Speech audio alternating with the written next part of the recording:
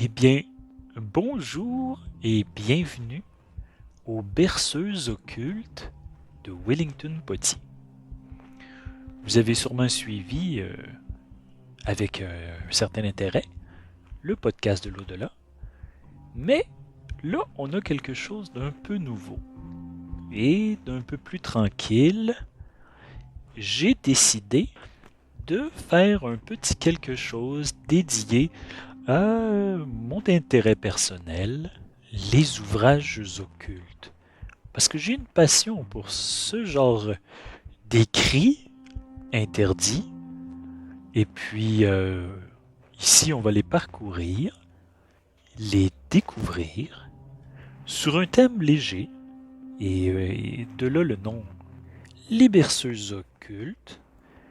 Et puis le tout présenté sur un ton calme pour encourager le sommeil et la relaxation.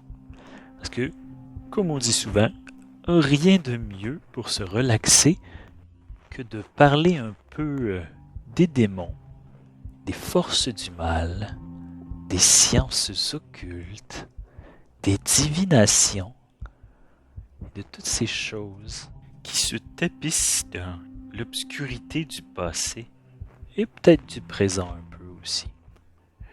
Donc oui, on se penchera sur plusieurs ouvrages, dont entre autres le Dictionnaire infernal, les clavicules de Salomon, le fameux Clavicula Salomonis, hein? Et puis toutes sortes d'autres, vieux grimoires, certains connus, d'autres un peu moins. Et pour cette saison, pour les prochains épisodes, nous allons nous attarder au Dictionnaire infernal de Jacques-Auguste Simon Collin de Plancy. C'est un peu long comme nom. C'est un ouvrage qui me fait rêver un peu, hein, et qui m'amuse parfois, et m'effraie. Il y a plusieurs émotions. Et puis, je vais le parcourir dans le désordre. J'aime parcourir ce livre, et parfois je l'ouvre et je fais simplement, je me promène de gauche à droite, à la recherche d'une histoire, d'un conte, d'une description insolite. C'est un livre qui se laisse ouvrir à n'importe quelle page. Et puis, dans le cas du dictionnaire infernal, je ne vois pas l'utilité de le parcourir en entier, d'en faire une lecture complète. C'est un ouvrage avec ses moments forts, certes, mais il y a certains segments qui ont peut-être un peu mal vieilli. Et je serai donc un peu sélectif, hein? C'est pas de mauvaise chose non plus. Et si l'ouvrage pique votre curiosité, eh bien, sachez qu'il est quand même assez facile de mettre la main dessus. Donc, le dictionnaire infernal ou la bibliothèque universelle sur les êtres, les personnages, les livres, les faits et les choses qui tiennent aux apparitions, à la magie, au commerce de l'enfer, aux divinations, aux sciences secrètes, aux grimoires, aux prodiges, aux erreurs et aux préjugés, aux traditions et aux contes populaires, aux superstitions diverses et, généralement, à toutes les croyances merveilleuses, surprenantes, mystérieuses et surnaturelles. Bon, je crois qu'on peut tout simplement dire le dictionnaire infernal. Et c'est une chose ici, hein? On parle de bibliothèque universelle du savoir occulte d'une certaine manière. Et attention ici, si mon expérience m'a appris une chose, c'est que la grandeur du mal, sa complexité, l'ensemble de sa hiérarchie, n'est certainement pas un savoir qu'on peut contenir entre les lignes d'un livre, aussi grand soit-il. Ceci étant dit, Le livre fut publié en 1818 et rapidement scindé en 2 tomes. Du vivant de son auteur, il a été réédité 6 fois. Et puis si j'ai bien compris, les dernières versions ont été un petit peu peaufinées pour faire plaisir à l'Église catholique. Il faut dire qu'en 1839, pendant son séjour en Hollande, l'auteur s'est réconcilié avec Dieu et sa foi. Ça l'arrive souvent, ça. Et par le fait même, il a renié un peu son ouvrage. Et de là, cette version peaufinée avec l'approbation de l'Église catholique. Bref, la version publiée en 1863 comporte plus de 550 figures, parmi lesquelles les portraits de 72 démons. Et ici, on parle de magnifiques gravures réalisées de main de maître par un dénommé M.L. Libreton. Et puis, j'ai toujours eu un petit faible pour les gravures, par exemple celle de Doré, avec son ouvrage incroyable sur la Divine Comédie de Dante. Ça a remarqué ma jeunesse, et puis mon adolescence aussi. Bref, même si parfois ces gravures dans le dictionnaire sont un peu maladroites, il y a tout le temps un petit quelque chose qui me donne envie de les observer. Je dirais même qu'il y a quelque chose d'apaisant dans ces reliques du passé.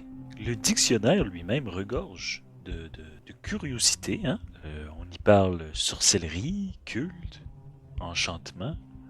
On fait la mention de plusieurs démons.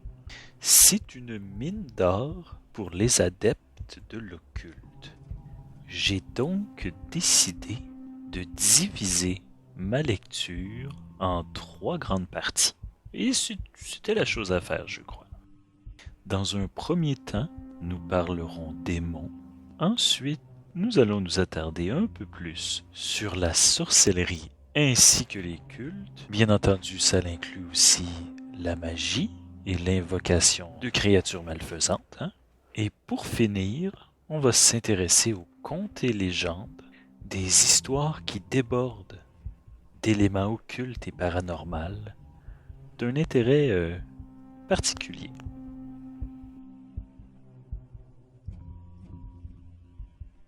Mais pour aujourd'hui, on s'intéresse aux démons.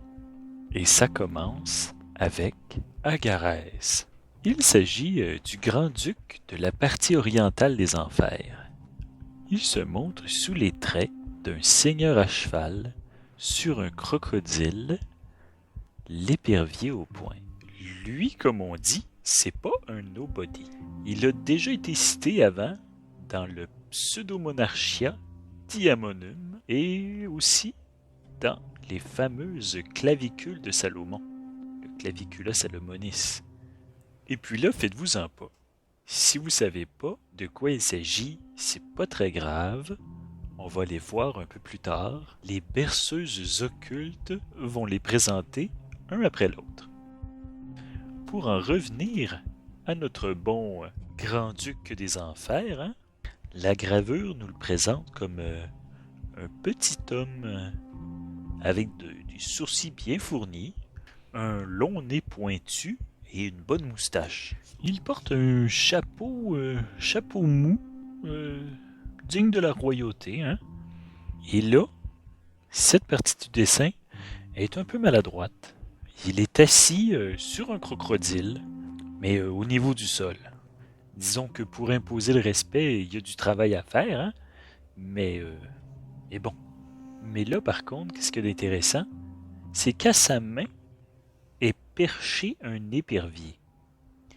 Et puis là, vous vous dites, mais c'est un amoureux des animaux, il doit pas être ben méchant. Et il faut pas se fier aux apparences. Il faut pas oublier que dans les légendes bretonnes, l'épervier est une créature du diable. C'est un symbole puissant qui représente la rapacité, entre autres, et aussi l'avidité. C'est un oiseau de proie, une vile créature. Et d'ailleurs, il n'est pas le seul démon à posséder ce genre d'oiseau. C'est assez commun. un peu plus loin, on retrouve le démon Buer. C'est un démon de seconde classe, hein, président aux enfers. Il a la forme d'une étoile. 50 légions de démons sont sous son commandement. On retrouve très souvent la classe du démon, son rang social, si on veut, hein, dans cet ouvrage, et de plus souvent, le nombre de démons sous son commandement. D'ailleurs, lui aussi figure parmi la liste du Pseudo-Monarchia Diamonum, pas facile à dire. Puis pour les intéressés, il s'agit d'un traité en latin écrit à la Renaissance qui représente la nomenclature de la hiérarchie des démons. Il y a aussi leurs attributs, puis comment les conjurer. C'est pratique quand on en a besoin. Hein? Pour en revenir à notre démon, sur la magnifique gravure, on y voit un démon, comme il est écrit, en forme d'étoile. Et c'est en fait une sorte de tête de lion, hein, avec encore là de bons sourcils, et puis 5 pattes à sabots. Et je me demande, et puis là, ce serait intéressant de voir, comment qu'il se déplace. Et j'imagine qu'il sautille sur ses pattes, une à la fois. Ça aussi, encore là, c'est pas particulièrement menaçant. Mais il devait avoir d'autres façons de se faire respecter. Hein? Il devait avoir une certaine chimie. En tout cas, bref. Le démon suivant, nul autre que Balan. Plus ordinairement, il se montre à cheval sur un ours, nu et cornu, et portant un épervier au poing. Comme je l'avais dit, hein, l'omniprésence de l'épervier, ce bon vieux complice du démon. Balan, pour sa part, a 2 descriptions. Il peut aussi être vu, parfois, possédant 3 têtes, celle d'un taureau, celle d'un homme et d'un bélier. Et joignez cela à une queue de serpent et à des yeux qui jettent des flammes. Encore là, on a une sympathique gravure.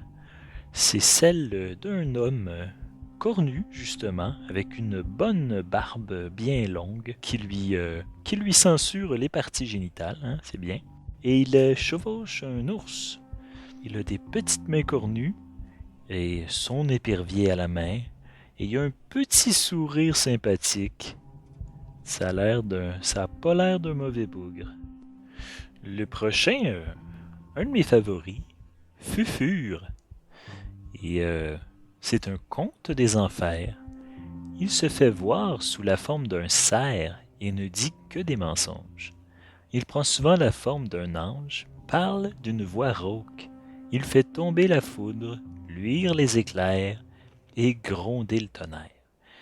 Et puis, il a 26 légions de démons sous ses ordres. Et puis, moi, ce que j'aime particulièrement, c'est l'illustration. C'est une sorte d'homme avec une tête de chevreuil, avec de longs bois bien impressionnants. Il a aussi des ailes et puis des pattes à sabots. C'est une drôle de créature. Et lui d'ailleurs, il a été mentionné dans La Petite Clé de Salomon, qui est un autre livre que nous allons consulter et j'en ferai la lecture dans l'une des berceuses occultes. Baël, un démon cité dans le Grand Grimoire, en tête des puissances infernales, c'est par lui que Wier ou Wiarus commence son fameux Pseudo-Monarchia Diamonum. Lui, on le retrouve dans la partie orientale de l'enfer. Il se montre avec 3 têtes, une humaine, une de chat et l'autre de crapaud. Il a la voix rauque, mais il sait se battre. Il rend ceux qui l'invoquent fins et rusés. En quelques mots, un bon monsieur. Et puis, encore là, ici, on a une gravure que je trouve un peu maladroite. En fait, qui n'impose pas beaucoup de peur. Hein. C'est une grosse tête humaine, celle d'un chat et d'un crapaud, sur un corps d'araignée. Et puis, ça a les allures d'une caricature un peu. Hein. Mais remarquez bien, Si je le croiserais dans une ruelle, je ferais peut-être un peu moins mon fin finot. D'ailleurs, ici, j'y pense, hein, Baal semble être un dérivé de Baal, qui est un autre seigneur des enfers. Est-ce que ça s'est perdu dans les traductions? Est-ce que... Toutefois, la description n'est pas la même, alors. Aborim. Aborim est un démon issu de la croyance géotie, science occulte de l'invocation des entités démoniaques. D'ailleurs, la petite clé de Salomon le mentionne à la 23e position, si je me souviens bien. C'est le grand-duc des enfers. Il a 3 têtes, celle d'un serpent, d'un homme et d'un chat. C'est drôle ça, parce qu'en fait, il y a une récurrence des éperviers, mais aussi celle des chats. Et puis, c'est drôle de voir le chat représentant quelque chose aussi démoniaque. J'avais mon bon vieux Farfouino, hein, j'en ai déjà parlé. Puis c'est vrai que des fois, il était pas fin. C'était la nuit, il devenait un suppôt de Satan. Il était toujours en train de faire du bruit. Mais bon, ce que vous voulez. C'était un bon chat malgré tout. Mais toujours en train d'essayer de manger mes plantes. Puis c'est pas que j'ai pas essayé, là. Je m'occupais avec amour de mes petites plantes que je plantais un peu partout, mais t'es toujours rendu le nez dans mes petites plantes vertes, en train de se faire la dent. Puis je sais pas si vous savez, mais un chat qui mange des plantes, ça finit rarement bien. Hein? C'est moi qui ramassais les petits vomis. Hmm? Mais bon, tout de même, il était quand même... C'était pas un mauvais bougre. Mais c'était une plaie. Pour en revenir à Borim, l'illustration est particulièrement réussie. C'est comment on pourrait bien... C'est un monsieur au pied, ma foi, crochu. Le corps chapeauté de 3 têtes, hein? Celle d'un serpent, d'un chat et celle d'un homme avec une bonne moustache. Et des petites oreilles, en fait des grandes oreilles pointues et une chevelure au vent. Et puis encore là, des sourcils bien fournis. Ce qui me fait penser, et c'est une observation toute personnelle, que pour régner en enfer, c'est important d'avoir une importante pilosité au niveau du sourcil. Or, la pilosité, ce qui surprend le plus de cette illustration-là, c'est sûrement le fait qu'il chevauche un serpent. Et puis, visuellement, ça donne l'impression comment on pourrait dire ça, il a de l'air pas mal à manger. En tout cas, un petit dernier pour aujourd'hui. Amon, ou Ahamon, grand et puissant marquis de l'Empire infernal. Il a la figure d'un loup avec une queue de serpent et il vomit des flammes. L'illustration est singulière. La tête ne s'apparente pas tellement à celle d'un loup, mais plutôt d'une sorte d'hibou infernal.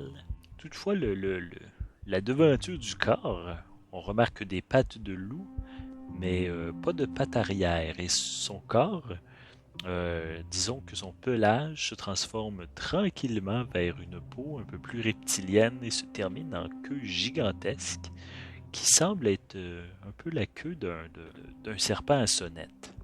Ça a l'air d'une créature peu fréquentable. D'ailleurs, le Pseudemonarchia lui mentionne la 57e place, hein, à la liste des démons. Et puis, il est connu pour mettre le feu aux villes, aux châteaux et aux places fortes. Et il a à sa tête 26 légions de démons. Et nous voilà à la fin de notre première berceuse occulte, consacrée aux démons du dictionnaire infernal. Dans les prochains épisodes, on va se pencher sur la sorcellerie et les cultes, ainsi que les contes et légendes. Il y aura également une lecture de certains extraits. J'espère que l'expérience vous aura plu. Et puis, ne manquez pas la prochaine épisode. Sinon, vous pouvez nous voir sur les réseaux sociaux, hein, d'ailleurs. Vous pouvez m'observer jouer aux jeux vidéo sur twitch.tv, petite barre, Wellington, barre en bas, Potier. Et puis,